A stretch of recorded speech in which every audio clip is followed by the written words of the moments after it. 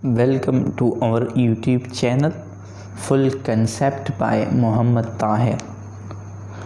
आज के इस लेक्चर नंबर 9 में हम डिस्कस करेंगे अबाउट एटम के बारे में हम आज कुछ डिस्कशंस करेंगे।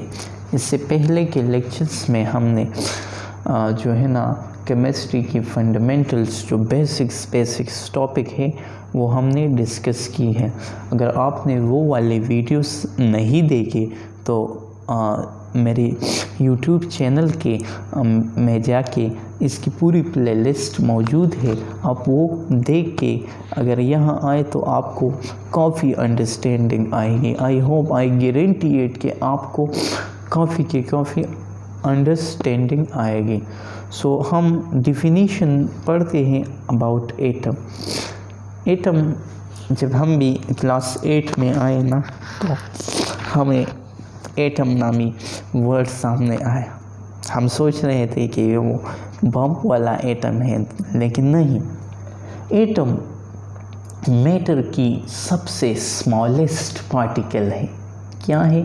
मैटर्स जो हमारे पास है ना, हर वो चीज़ जो जगह घेरती हो और कमियत रखती हो, anything which occupy space and have mass is called matter.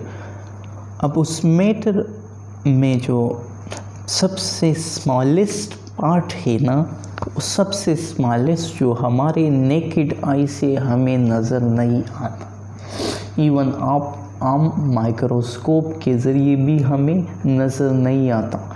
इसके लिए हम पावरफुल माइक्रोस्कोप यूज़ करके इसको हम देख सकते हैं। वो ये वाला एटम है ना, सबसे स्मॉलेस्ट, मादे की सबसे स्मॉलेस्ट पार्टिकल को हम एटम कहते हैं। अब इसकी डिफिनीशंस हम कैसे करेंगे? It is the smallest particle, smallest of an element का, सही है, मादे का स्मॉलेस्ट पार्टिकल विच में और मे नॉट एग्जिस्ट इंडिपेंडेंटली, जो इंडिपेंडेंट रहे या इंडिपेंडेंट ना रहे। मादे की या एलिमेंट की वो स्मॉलेस्ट पार्टिकल जो इंडिपेंडेंटली रह भी सकता है और इंडिपेंडेंटली रह भी नहीं सकता। अब हम इसकी कुछ एक्सप्लेनेशंस करते हैं। देखिए, मैंने ये में लिखा है the smallest particle of element which may और मे नॉट एग्जिस्ट इंडिपेंडेंटली। अब मे एग्जिस्ट इंडिपेंडेंटली क्या मतलब है? लाइक हमारे पास जो नोबल गैसेस है, नोबल गैसेस का नाम आपने सुना है। पीरियाडिक टेबल में जो ये पीरियाडिक टेबल में जो हमारे पास ये लास्ट वाले ग्रुप है ना, ग्रुप नंबर 18 या 8, इसमें जो ये लाइन होता है ना, like helium, neon, argon, krypton, xenon, radon, xenon. ये जो है ना, ये हमारे पास क्या है? ये हमारे पास नोबल गैसेस है। अब ये नोबल गैसेस में क्या यूनिकनेस है कि ये हमारे पास इंडिपेंडेंटली रह सकते हैं, ये किसी के साथ बॉन्ड नहीं बनाता, ये इनर्ट होते हैं। इसको हम इनर्ट गैसेस भी कहते हैं, विच डू नॉट रिएक्ट, जो कभी रिएक्शंस करते ही नहीं है। इस नोबल गैस में कौन से क्या है कि ये जो है ना, ये हमारे पास रिएक्शंस नहीं कर। तो याद रखें, हमारे पास जो रिएक्शंस के लिए रूल है, एटम आपको पता है रिएक्शंस क्यों करते हैं? To gain stability. एटम जो है ना, स्टेबिलिटी गेन करने के लिए रिएक्शंस करते हैं। अब ये स्टेबिलिटी क्या होता है? हर एटम चाहता है कि इसके वैलेंस शेल्स में या 2 इलेक्ट्रॉन हो या 8 इलेक्ट्रॉन। इसे हम डॉपलेट रूल और इसे हम ऑक्टेट रूल। अगर आप आगे जाएंगे ना इंशाल्लाह एफएससी में तो नहीं, बीएससी और एमएससी में, तो इसमें फिर जो है ना 10 इलेक्ट्रॉन वाली रूल्स भी आएगी और 12 में मतलब 12 इलेक्ट्रॉन का भी कंपाउंड बन सकता है, जो है ना 10 इलेक्ट्रॉन। सो वो सब आप डिस्कस करेंगे इंशाल्लाह। लेकिन अभी 9, 10, 11, 12 में आपको सिर्फ डॉपलेट रूल पढ़ाया जाता है और ऑक्टेट रूल पढ़ाया जाता है। तो एटम चाहता है कि उसके वैलेंस शेल में या 2 इलेक्ट्रॉन हो या 8 इलेक्ट्रॉन हो। अब ये इस 2 या 8 के लिए एटम या इलेक्ट्रॉन लूज़ करेगा या गेन करेगा। सो इसके नतीजे में वो रिएक्शंस करेगा, तो इसी वजह से वो स्टेबिलिटी गेन करेगा। अब नोबल गैसेस में जो है ना ये हीलियम्स जो है ना He जिसकी सिंबल है और जिसकी एटॉमिक नंबर 2 है, ये वाला, इसके वैलेंस शेल में 2 इलेक्ट्रॉन है। So it follow duplet rule. So ये स्टेबल है, मतलब इसके वैलेंस इलेक्ट्रॉन 2 है और ये काफ़ी खुश है, मतलब काफ़ी स्टेबल है, ये किसी के साथ रिएक्शन नहीं। बाकी जो हमारे पास नियॉन, आर्गॉन, क्रिप्टॉन, ज़ेनॉन और रेडॉन है ना, सो इसके वैलेंस शेल्स में हमारे पास 8 इलेक्ट्रॉन होते हैं। इसके वैलेंस शेल्स में हमारे पास 8 इलेक्ट्रॉन। सो ये जो है ना स्टेबल है, विच में हाँ नाउ हम इसको जो है ना इंग्लिश में बोलते atoms of noble gases like helium, neon, argon, krypton, xenon, radon में एग्जिस्ट इंडिपेंडेंटली में ये इंडिपेंडेंटली रह सकते हैं because they have follow the octet rule and duplet rule, while atoms of other elements cannot exist independently। cannot exist, मैंने यहाँ पर भी लिखा है may not exist।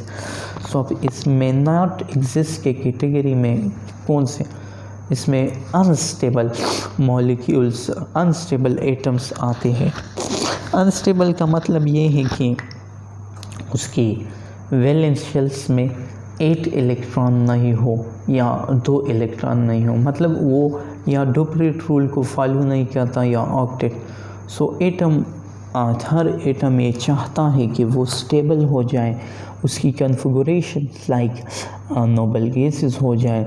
सो इसके लिए वो रिएक्ट करता है और अपना इलेक्ट्रॉन या लूज़ करता है या गेन करता है या शेयर करता है और अपनी स्टेबिलिटी को गेन करता है।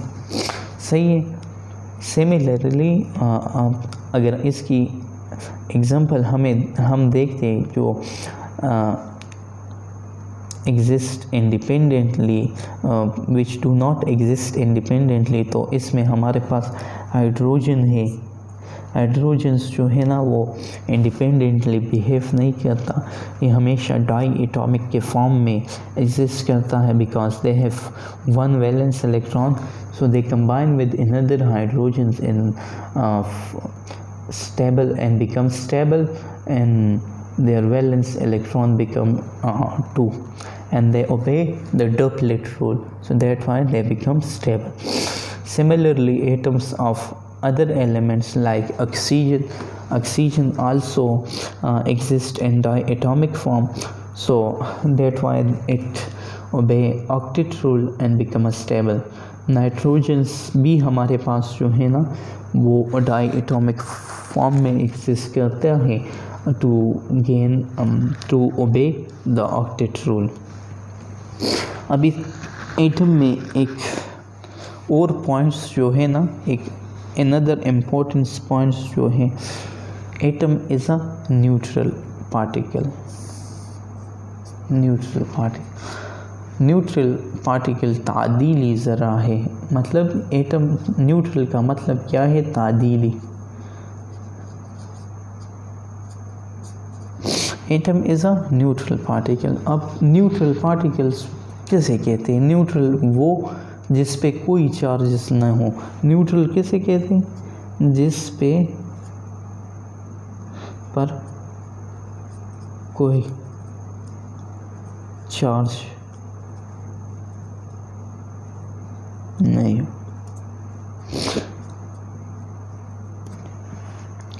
अब आपके जहन में ये क्वेश्चंस आएंगे कि Y atom is a neutral, और ये आपकी बुक में भी है 9th वालों, ये चैप्टर नंबर 1 जो आपकी एक्सरसाइज में है ना, फंडामेंटल ऑफ केमिस्ट्री, उसके एक्सरसाइज में शॉर्ट क्वेश्चंस में भी मौजूद है कि Y atom is a neutral particle. आपके जहन में भी ये क्वेश्चन आना चाहिए, क्योंकि एटम आप सोचेंगे कि इसके अंदर तो प्रोटॉन है, उसके ऊपर पॉजिटिव चार्ज है, और जो है ना इलेक्ट्रॉन के ऊपर नेगेटिवली चार्ज है, तो ये फिर क्यों हम इसे न्यूट्रल कहते हैं? तो देखो स्टूडेंट्स, अगर आप सोचते हो तो आप भी ठीक सोचते हो, लेकिन एटम के अंदर जो है ना वो नंबर ऑफ प्रोटॉन इक्वल होता है नंबर ऑफ इलेक्ट्रॉन के। किसके? Y atom is a neutral, इसका आंसर ये है कि इसमें नंबर ऑफ प्रोटॉन इक्वल होते हैं नंबर ऑफ इलेक्ट्रॉन के। तो प्रोटॉन पे कितना चार्ज क्या चार्ज होता है? पॉजिटिव। न्यूट्रॉन पे इलेक्ट्रॉन पे क्या चार्ज होता है? सो इस पे नेगेटिव। सो प्लस माइनस आपस में क्रॉस हो जाएगा, और हमारे पास ओवरऑल जो एटम होता है हो जाएगा, वो न्यूट्रल हो जाएगा, न्यूट्रल। सो आपने इस पे इसका आंसर किस तरह लिखना है कि atom is a neutral particle because in atom the number of proton is equal to the number of electron, so that why the number of positive charge become equal to the number of negatively charged particle, so that why they cancel each other, and as a whole atom is a neutral, atom become neutral particle. अब कुछ fundamental particles of atoms को हम discuss करते हैं। Atoms जो है ना, there are atom consist of 3 fundamental particle. 3 जो बुनियादी पार्टिकल है जिनसे एटम बना है, 3 इम्पोर्टेंट पार्टिकल है जिनसे हमारा एटम बना है। वो इंतहाई स्मॉल पार्टिकल है। साइंस की जो डेवलपमेंट हुई है वो इसी पार्टिकल्स की वजह से हुई है। अब इस पार्टिकल्स में हमारे पास कौन कौन से, हमारे पास इसमें एक जो है ना इलेक्ट्रॉन है, एक प्रोटॉन है, एक न्यूट्रॉन है। सही। सो ये तीनों जो है ना इंतहाई फंडामेंटल पार्टिकल है। अब नाउ अडेज बहुत से और पार्टिकल्स भी दरियाफ्त हुए हैं, लेकिन वो इतने फंडामेंटल नहीं है जितने कि इलेक्ट्रॉन, प्रोटॉन और न्यूट्रॉन है। सही है। लेकिन इसमें जो हमारे पास प्रोटॉन और न्यूट्रॉन होते हैं, सो वो कहाँ पर प्रेजेंट होते हैं?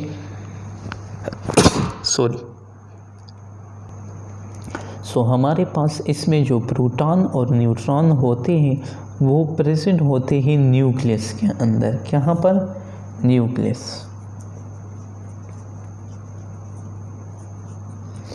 और जो हमारे पास ये इलेक्ट्रॉन है, सो ये न्यूक्लियस में प्रेजेंट नहीं होता। तो फिर अगर ये न्यूक्लियस में नहीं होते तो फिर ये कहाँ रहते हैं? सो ये always in motion, electron always in motion.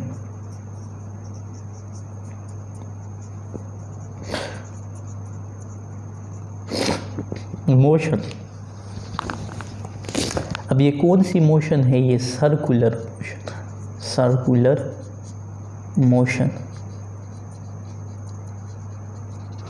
Electron हमेशा मोशंस में हो।